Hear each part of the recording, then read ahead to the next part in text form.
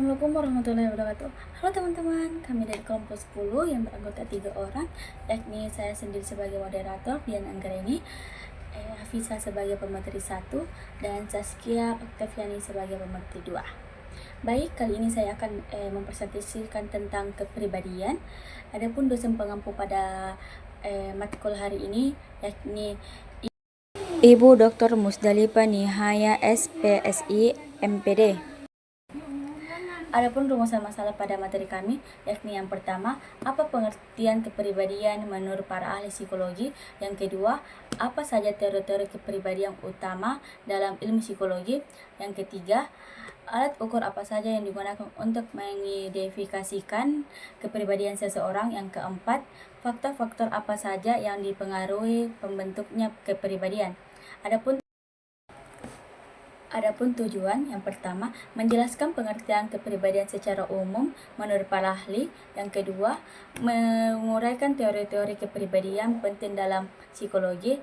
Tiga, menjelaskan alat ukur yang digunakan melalui kepribadian. Empat, menganalisis faktor-faktor yang membentuknya kepribadian seseorang.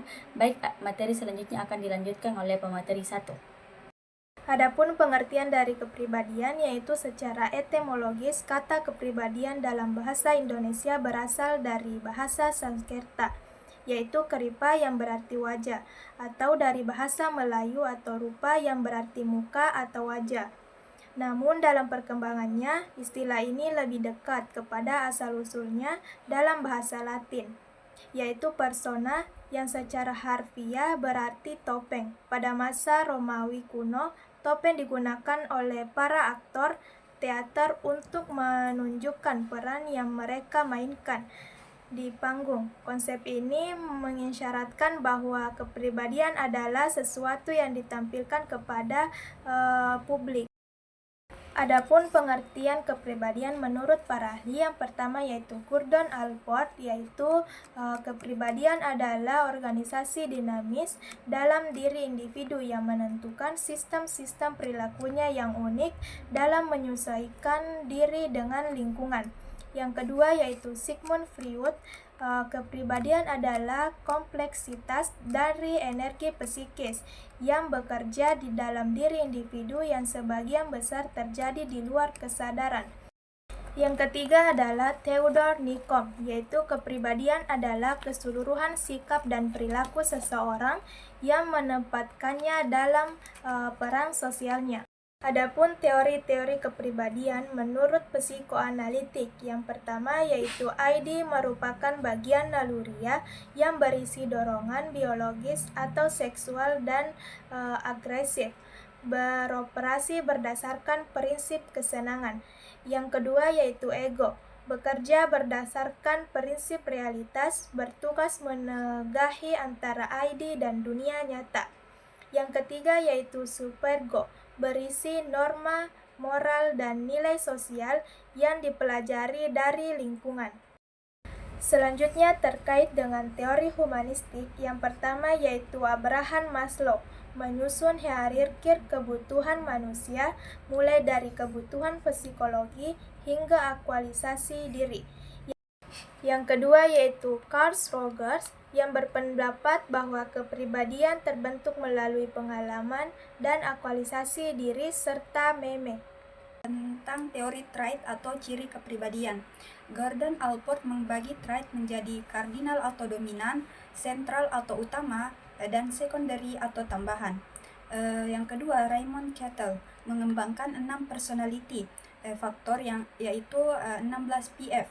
Dan terakhir, Big Five Personality Trait atau Ocean adalah model modern. Nah, di sini saya akan menjelaskan terkait dengan teori behavioristik Watson and Skinner. John Watson menekankan bahwa semua perilaku dipelajari dari lingkungan. Yang kedua, B.F. Skinner menyatakan bahwa perilaku terbentuk dari penguatan, reinforcement, dan hukuman, punishment. Nah, yang ketiga, saya akan menjelaskan terkait dengan alat ukur kepribadian. Yang pertama, tes objektif, yaitu MMPI atau Minnesota Multi-Basic Personality Inventory. Yang kedua, MBTI atau Myers-Briggs Type Indicator. Nah, yang ketiga, Big Five Inventory atau BFI. Nah, yang kedua terkait dengan tes proyektif. Yang pertama, Rorschach Ink Blot Test. Yang kedua, TAT atau Thematic Appraisal Test. Nah, yang terakhir terkait dengan faktor pembentuk kepribadian. Yang pertama ada faktor biologis, yaitu genetik. Banyak penelitian menunjukkan bahwa aspek seperti temperal dan emosi diturunkan secara genetik. Nah, yang kedua terkait dengan faktor lingkungan, keluarga, gaya pengasuhan dan hubungan emosional dengan orang tua sangat berpengaruh. Yang ketiga faktor sosial, interaksi sosial, teman sebaya, guru, pasangan, dan komunitas memiliki pengaruh besar dalam membentuk sikap dan perilaku. Nah, yang keempat faktor pengalaman pribadi, trauma, pengalaman sukses atau gagal, dan peristiwa penting dalam hidup memberi dampak langsung terhadap pembentukan kepribadian. Adapun kesimpulan dari materi kami yakni kepribadian adalah struktur psikologis kompleks yang membentuk identitas dan perilaku individu.